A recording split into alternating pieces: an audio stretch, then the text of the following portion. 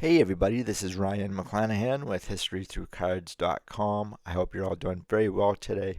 So I'm scrolling through eBay looking for a Ted Simmons card to add to my collection since I only have one, which is his 1971 Topps. Very nice card, by the way. Anyway, I'm scrolling through and I see his 73 Topps card and I'm like, that's a really neat card. So I'm like, yeah, let me go scroll through again and see what else I can find because I'm very particular about my 1970s cards. I need them to have 50-50 centering and they need to have sharp corners. And I'm going through and I come across this Lou Brock card in the 73 top set, and now I'm very curious about this particular card because I'm looking at it and I'm like, wait, where is this card taken? You know, the photo itself is really interesting to me, and I kind of told you guys in the past where I have this love-hate relationship with 1973 tops to begin with. Like, it reminds me of that TV show back in the 70s called Space 1999. And as you guys can see here in the photo, everybody's like apparently on the moon wearing bell bottoms, and I'm like, dude, there's no way on Earth that we would be wearing bell bottoms in the future, right? I mean, that doesn't make a whole lot of sense. And I kind of don't think it made a whole lot of sense in the 1970s to be wearing bell bottoms anyway, or that get up that everybody's wearing now too. Anyway, it's a different story altogether. I'm not a big fan of the clothing styles of the 70s apparently, and I don't really remember the 70s. I was on a lot of drugs back then, but that's not a story for another time. Anyway, so the 1973 top set, it's very futuristic 1970s, if that makes any sense. And again, it reminds me of that TV show that I always make fun of. But I was like, I want to find out everything I can about what's going on in this photo and the design and everything else associated with a baseball card, which is why you get history through cards anyway. In the 1970s, obviously, like you have a monopoly with Topps, and that was broken up in 1980 by Judge Clarence Newcomer, and I'll probably get into that one at some point too. I really enjoy that story, but one of the problems with having a monopoly is that you can pretty much do whatever you want with the design and the photography, and nobody can say, I'm not going to buy your product because it's the only product available. Prior to, like, say, 1971, there was a gentleman working there named Bill Haber, and he's a co-founder of SABR. This is an organization that I've long belonged to.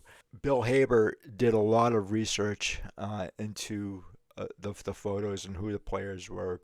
He may have been so busy back in the early 70s that he just couldn't do everything. And it looks like Topps actually was a very small organization doing all this stuff, the design and photography and all that stuff. And a lot of times, back in the 1950s especially, that was really kind of like up to two people or maybe three. So you had Woody Gelman or Gelman. I still can't pronounce his last name for the life of me. He was really kind of responsible for a lot of that stuff. Him and Cy Berger, they actually designed the 1952 and 1954 Topps sets.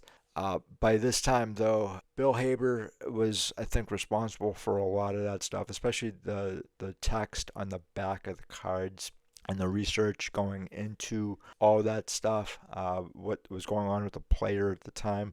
It may look like the organization itself had probably between 100 and 300 people. That's like everybody from your electrician to your accountant, right? So, that's a very small organization, and they just have all these card sets to put together and then get contracts for these guys and whatever the case may be.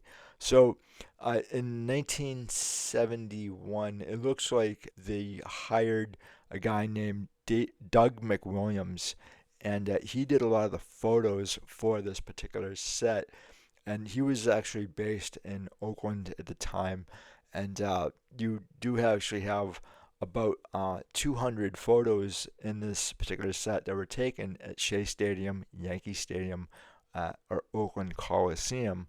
But then you have a lot of other cards that really kind of like don't look like they were taken at a major league stadium, because I don't think that they actually were. This particular photo here, it looks like it was not taken at a major league stadium. In fact, I went back and asked AI where this particular photo was taken. I don't think it was even taken by Doug McWilliams. I think it was actually taken by a freelancer at the time.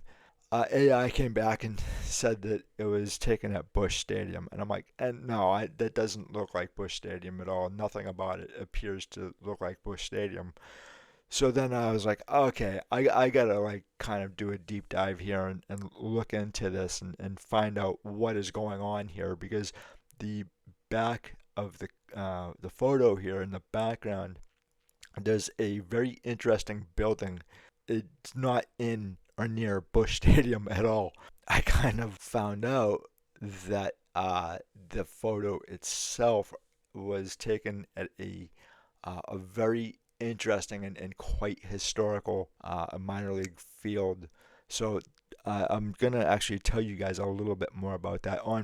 By the way, too, the set in 1973 is very interesting. A lot of people like it. A lot of people just hate it. And I think a lot of the reasons why it's such a mixed bag here with 73 tops is because of the poor photo selections and the confusing photos. A lot of times you don't even know who you're looking at with these particular photos. And Butch Jacobs, he was the photo selector, and I think in 1973, I think established his career with Tops in 1972 or 73. It looks very much amateur hour here with 1973 Tops, and there are some really nice photos here, but a lot of times there just isn't. It is very, very interesting to me. And again, a lot of the photos here are very confusing. Getting back to this 1973 Tops Lou Brock. I like Lou Brock. I like him as a player, as a person. I did a video on Lou Brock, which I'm going to send you in a link in the description below so you can watch that again if you want. So it does look like a lot of these photos were taken at spring training. Almost half of the set was actually taken in spring training, and this particular photo here is what I'm going to discuss with you guys today. So in order to find out where this photo was actually taken, the first step I took was to find out where the Cardinals actually had their spring training in 1972 and 1973, and that's where I started, and here's what I found out. This is from the Tampa Bay Times, St. Petersburg, Florida, December 12th, 1948. So that's how it started, by the legendary Dick Bothwell. One of the first things every visitor to St. Petersburg does after getting settled for the season is to make a beeline for the city's picturesque waterfront, which is perfectly natural. Every one of our thousands of adopted Floridians can recall the pleasure that came with the initial sightseeing trip along Bayshore Drive, viewing for the first time the blue-green waters of Tampa Bay. The next rows of big and little pleasure craft, and one and all usually wound up by visiting Municipal Pier, pride of the city fathers for lo these many years. Since the pier was completed in 1926, well over 10 million persons have enjoyed its unique advantages. Stay on the pier long and you'll probably see everybody you know in town. Few spots are as typical or friendly St. Petersburg as the pier on a Sunday afternoon. The patient rows of anglers, all sizes and sexes, intent on snarling the wily sheep-headed snook or mackerel, the endless stream of Sunday motorists out for a spin, the family groups strolling aimlessly along, and the wide-eyed winter visitor admiring the lordly pelican, drinking in the scenery, enjoying the sunshine. Yes, the old pier is a busy place. From the spa solarium to the swimming pool, from the beach to the casino, you'll find it packed with people having fun in the sun day after day. But back in the good old days, there was little but few discouraged pilings and scrawny rickety docks on the city's waterfront. In fact, the front was a mess, in an unsanitary and unsightly condition. Decaying seaweed and other vegetable as well as animal matter produced obnoxious odors, rendering residents along the front almost intolerable and beyond all question detrimental to health. According to a 1908 committee report, however, the battle for development of the waterfront was well underway by this time. The Times had fought for such a move that almost 6 years prior to the above report, the late W. L. Straub, editor of the Times, had great visions of a beautiful city-owned waterfront all along the bay and led the campaign over the years to bring about this dream for St. Petersburg. The original idea for such a development is credited to the late Lew B. Brown, publisher, who first conceived it in 1921, according to Carl Grismer's History of St. Petersburg. The pier was originally intended to handle freight, not recreation. However, in March 1912, city officials who disliked the idea of a Bayborough Harbor project made plans for a big freight pier out front 2nd Avenue to 2nd Avenue North to 28 feet of water. But the great expense of such an undertaking gave them pause, and they finally decided that a pier running out to 12 feet of water would do. This was to serve as a freight pier until Bayborough Harbor was completed, and as a recreation pier afterwards. In December 1913, the wooden recreation pier was completed. Approximately 11 years later, after much opposition and dispute between the various factions, the dilapidated structure was replaced in 1925-1926 at a cost of over $1 million. A combination of mole and trestle, the pier as we know it today was built out into Tampa Bay as the extension of 2nd Avenue. The trestle itself is 2,000 feet long and is set on 1,743 pilings from 36 to 58 feet in length. These pilings contain 11,500 cubic yards of concrete and 2 million pounds of steel driven through sand to bedrock. The roomy sidewalks are 13 feet wide, the driveway 74 feet wide. The pierhead itself measures 320 by 400 feet, while the casino, built in modified Mediterranean style, is approximately 160 feet square. The second floor ballroom was originally open air, but the city later decided to roof it. Also housed atop the casino is the city-owned radio station WSUN. Self-sustaining and operated by the city's recreation department, the pier has been host to countless of entertainments and festivities in the past 2 decades. Lunches, dances, concerts, card parties, dog shows, industrial and home exhibits of all kinds have been staged in this ideal setting, and it seems safe to say that as long as there is a green bench in St. Petersburg, her citizens and winter visitors will be enjoying the old pier's ever-present hospitality. Baseball.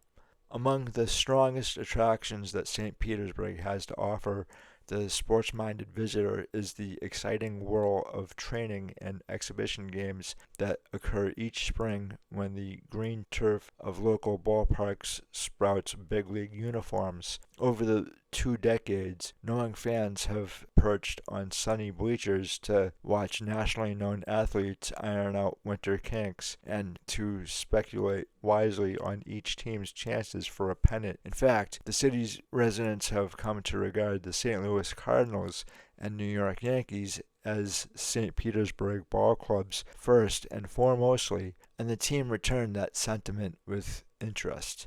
but it took a long time for the city to provide a worthy setting for spring exhibition games, which draw big crowds each year. Not until March 12, 1947, was modern, up-to-date Al Lang Field dedicated.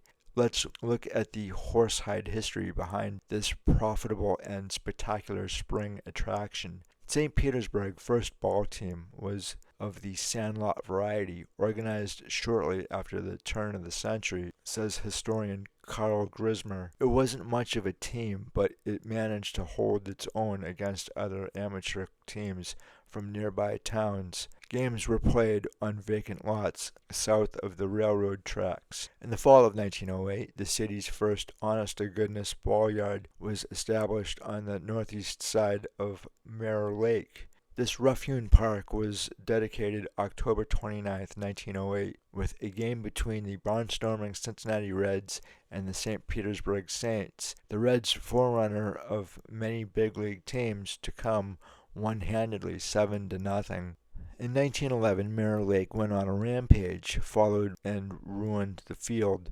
Money was raised by the public subscription, and a new park was built on Tangerine Avenue, just west of 40th Street, Simonot Field. In 1912, the Board of Trade became aware of the city's possibilities as a spring training center and launched a movement to persuade a big league team to come here. Miller Huggins, manager of the St. Louis Cardinals, was invited to bring the Redbirds here by H.B. Simmons, member of the board's baseball committee and a close friend of Huggins. But the effort failed. During the following year, the St. Petersburg Major League and Amusement Company capitalized for $50,000 as a result of the work of this group and other baseball fans, says Grismer. The St. Louis Browns came here in the spring of 1914. A site for the park at the head of Coffee Pot Bayou was leased for the 3 years from Snell and Hammett, and work began at once for clearing the ground. The Browns arrived February 16, 1914, and by February 27th, the Browns' first clash between the major league teams at St. Petersburg. Before 4,000 fans, the Cubs won 3-2. At this point in the city's spring training scorecard, a tall, lanky gentleman from Pittsburgh entered the picture. The man who was to become St. Petersburg ambassador of baseball for the next 3 decades, Albert Fielding Lang. Back around the turn of the century, Gizmer's story of St. Petersburg relates. Lang owned one of the largest laundries in Pittsburgh. Ill health made it necessary for him to sell out in 1909, and the next year he came to Florida. The Pittsburgher was headed for Fort Myers, so he thought, but while waiting for a train in Tampa, he decided to take a trip down to the Bay and see St. Petersburg. Lang saw and sold. He never used the return half of his round-trip ticket from Tampa, but instead bought a home here and settled down to stay. Elected mayor in 1916 and re-elected in 1918, he served the city well, but his greatest contributions to St. Petersburg have been his untiring efforts to A, bring major league teams here for spring training, and B, keep them happy, and C, bring them back. Though his efforts, say historian Grismer, the Philadelphia National League team came here in the spring of 1915, returned in 1917 and 1918 for training. In 1922, Lang almost single-handedly sold the Boston Braves on St. Petersburg Sunshine, but his major achievements as baseball ambassador came in 1925 when the New York Yankees began training here, and in 1938, the year to see the St. Louis Cardinals at Waterfront Park. In the late 1930s, a move to honor Uncle Al by building a new baseball field and naming it in his honor was started. On September 24, 1940, the citizens voted for the present waterfront location, but World War II caused a delay in construction. Al Lang Field was finally dedicated Wednesday, March 12, 1947. Many of baseball's most famous celebrities, all friends of Lang's, took part in the ceremonies, reports Gizmer. Speakers included Sam Breeden, who first brought the Cards to St. Petersburg, Larry McPhail, New York Yankees president, Grantland Rice,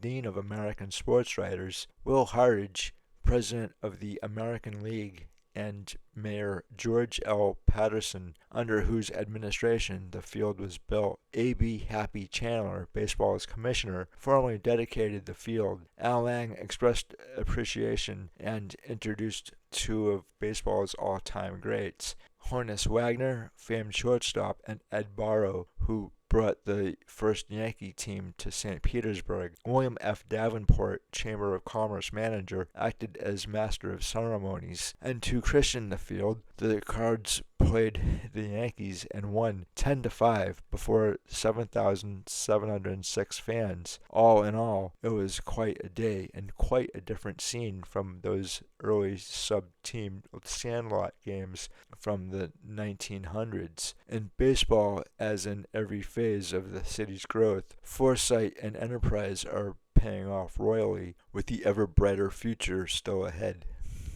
So obviously, the photo that I was using in that article from 1948 is Al Lang Field, and we've established that the Cardinals did use it back in the 1940s and probably 1950s, but I wasn't really sure if they used it in 1972 or 1973. And obviously, the photo from 1948 of Al Lang Field, the whole area has converted. It's completely different than what it was in 1948. So I went back to the photo of Lou Brock in the 1973 top set, and I went back to look at the building in the background. That is obviously on a map, right? And it looks like Lou Brock is actually, I think he looks like he's on around third base or so, and in that direction towards what looks like the Hilton Hotel, the Bayfront Hotel. I've found something very interesting that actually links the building in the background to the photo. This is from the Tampa Tribune, Tampa, Florida, January 3rd, 1971. St. Pete's new Hilton ready to open, by Nash Stublin. Is that a real name? Come on, nobody names their kid Nash Stublin. Anyway, St. Petersburg. The St. Petersburg Hilton, a classy but belated Christmas gift, is slated to be delivered to the downtown waterfront area this week as the most complete convention hotel on the west coast of Florida. As the new year turned, Joe Hennessy, manager, that's another name I don't believe in. I don't think that's a real name. Anyway, manager of the $8.5 million high-rise facility, said the 309-room hotel, including 24 deluxe suites, will open Wednesday or Thursday. The Hilton, part of an overall effort to bring the downtown area back alive, was scheduled for completion around December 15th, in time for Christmas business, but strikes and delays in delivery of materials hampered construction men from making the target date. Located across from the Bayfront Center's cultural, entertainment, sports, and convention facility, the Hilton overlooks Tampa Bay with Albert Whitted Airport and the city marina within close walking distance. The hotel is accessible by land, sea, and air. It's the first major hotel to be built in downtown St. Petersburg in a score of years. City business leaders have been striving to get a convention hotel to accommodate large affairs for years, especially since the Bayfront Center was completed. The site was originally a part of the Bayfront Plaza acreage the city obtained in cooperation with private enterprise for development of a hotel, high-rise apartment building, and office structure for Florida Power Corporation. A court suit held up this ambitious undertaking long enough for the developer to lose his financial backing. The city then put the acreage up for bids, and A.J. Andreoli, Ohio developer, came out on top. Andreoli has just opened two other major hotels to be managed by the Hilton chain, one at Pasadena, California, and the other at the Detroit Metro Airport. Opening of the Hilton here adds to the continuing growth in the accommodations field in Pinellas County. A new Holiday Inn has just been completed at South Clearwater Beach, and a new Shraff's Inn at St. Petersburg Beach. To handle the convention business, the Hilton has a ballroom which will seat 1,000 persons. There are various other rooms for smaller affairs. On top of the hotel is a restaurant and a supper club with entertainment and a scenic view of the bay and waterfront. An aerial view of baseball games at Al Lang Field across the street will be possible. The New York Mets, who train in St. Petersburg along with the St. Louis Cardinals, will stay at the Hilton during spring training. The Hilton lost about 5,000 bookings because of the delay in opening, but Hennessy said they are recoverable. Confirmed conventions already for 1971 will bring in an estimated 20,000 persons. Hennessy said the supper club will bring an outside professional entertainment, but there are no plans for featuring big name talent. The main floor of the hotel building will provide a coffee shop and facilities for other business services. As far as I know, Al Lang Field is not used by Major League Baseball teams for spring training, but other teams, I think college teams, do. And they've tried to demolish Al Lang Field a couple of times, I think in the 1990s or at least 2006 is what I read. It was under the microscope of being demolished and turned into God knows what these days. But it's still around as far as I know. And I really now kind of want to visit the area, just check it out, and probably stay at the Hilton there. This I thought was really interesting too, that I was able to link this particular photo of the 1973 Topps Lou Brock to Al Lang Field, and the picture in the background, the building in the background certainly was that link.